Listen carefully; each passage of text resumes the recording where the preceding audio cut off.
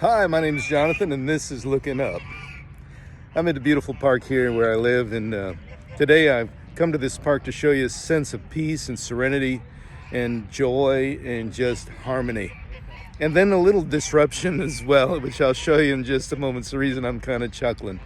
Today I want to talk to you a little bit about how when Goliath came out and David said this man was defying the armies of the living God and God of the Israelite army, basically. And I began to think, what other places in the Bible talk about that? Where else has that happened?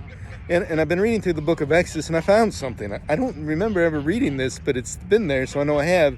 And it says it in Exodus chapter 7, when he's telling Moses and Aaron to go down to Egypt and remove the children from bondage there. He said, I'm going to deliver the children of Israel and my armies from Egypt.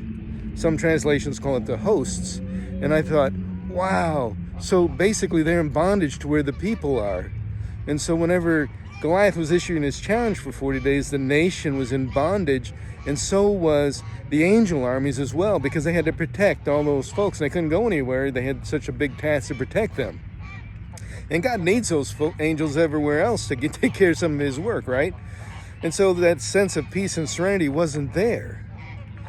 And when he sent Aaron and Moses down to Egypt to bring forth the children, and he said, I'm bringing out my hosts, my armies out of there as well, it's because they were watching over the children of Israel, and he wanted them to spread out.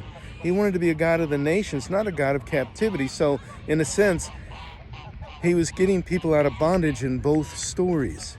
And maybe he's doing that for you today, right now. Getting you out of bondage, out of whatever's kept you captive for so long. Now you see there's a sense of peace when everything looks well and good, and behind me you can see that, right? But if you look over here and you get the sense of disruption when a bunch of these geese are getting fed and they're fighting over the food.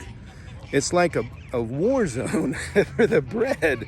And I thought, what a perfect example of this story of serenity and lack of it, even in a peaceful situation.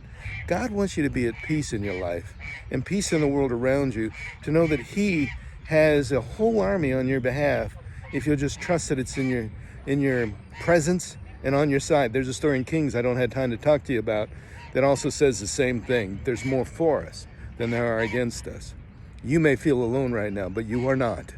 There's more for you than against you. There always was and there always will be.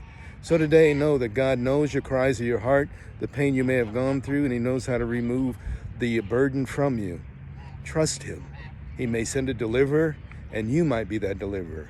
But he's got a whole lot more at stake than just setting you free. He wants to set the world free too. And maybe he'll use your story to do it. Wouldn't that be awesome? So keep looking up, because there's more to be seen when you're looking up.